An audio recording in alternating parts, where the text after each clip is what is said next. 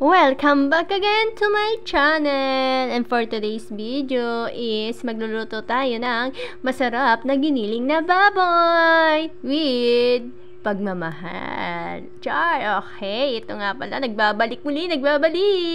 Watch this.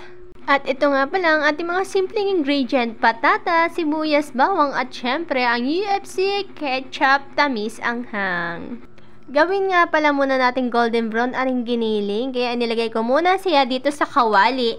Wala siyang mantika dahil kusa siyang magmamantika. At habang nag-aantay ako mag golden brown, biglang may lumapit na batang makulit. Tayo po ay may potatoes.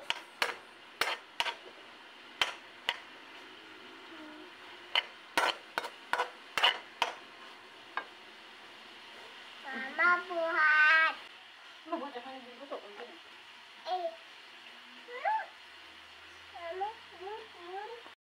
At dahil medyo brown na itong ating giniling, ay inilagay ko muna siya sa mangkok. At syempre, isusunod nating igisa ang sibuyas at bawang. At nilagyan ko na nga pala ito ng konting mantika dahil konting-konti lang talaga yung inilabas ng mantika nung giniling. Ayan, pinagsama-sama ko na. Ganun din naman yun eh.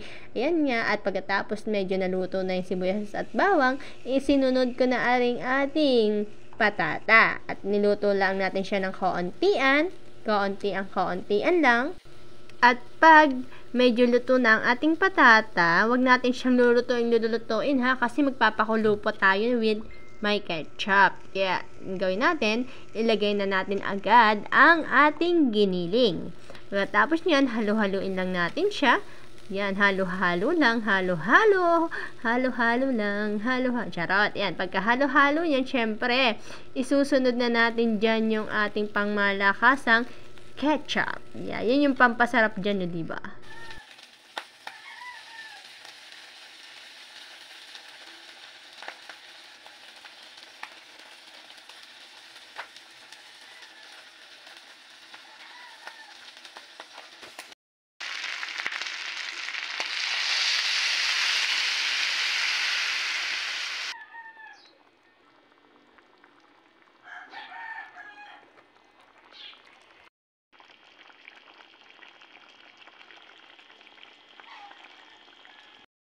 Tadaan! Ayan ang ating finished product, ang masarap na giniling Inday.